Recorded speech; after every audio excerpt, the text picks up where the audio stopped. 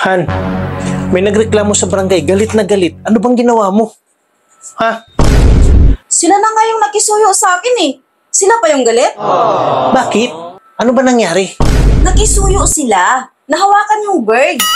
Oo nga naman, tama naman. Pero bakit sila nagagalit sa'yo? Pero ang ikinagagalit daw talaga nila ay yung nabitawan yung ibon. Galing pa naman daw sa ibang bansa, ang mahal pa naman nun. Pero bakit mo binitawan? Hindi ko binitawan ng ibon. Sila yung nagbitaw. Eh di ba nga pinahawakan sa yung ibon? Paano sila yung nakabitaw ng ibon ay ikaw yung may hawak ng ibon?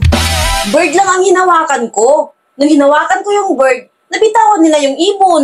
Tika. Ang gulo mo eh. Hawak mo na yung bird, di ba? Oo. Eh, paano nila nabitawan yung bird? Eh, ikaw na nga yung mismong may hawak. Hindi. Ang ibon hawak nila. Ang bird pinahawakan sa akin. Nung hinawakan ko ang bird, nagulat yung lalaki. Kaya nabitawan yung ibon. Ang gulo mo eh. Bird at ibon, isa lang yan. O sige, yung ibon, hawak ng lalaki. Oo. Ang bird, saan naka-location bago mo hinawakan? Sa ilalim ng brief. Bird yun, di ba? Ang likot talaga ng kamay mo. Ang alam ko, matagal ng tigok yung bird. Binahawakan nila sa akin para lang pagbintangan ako.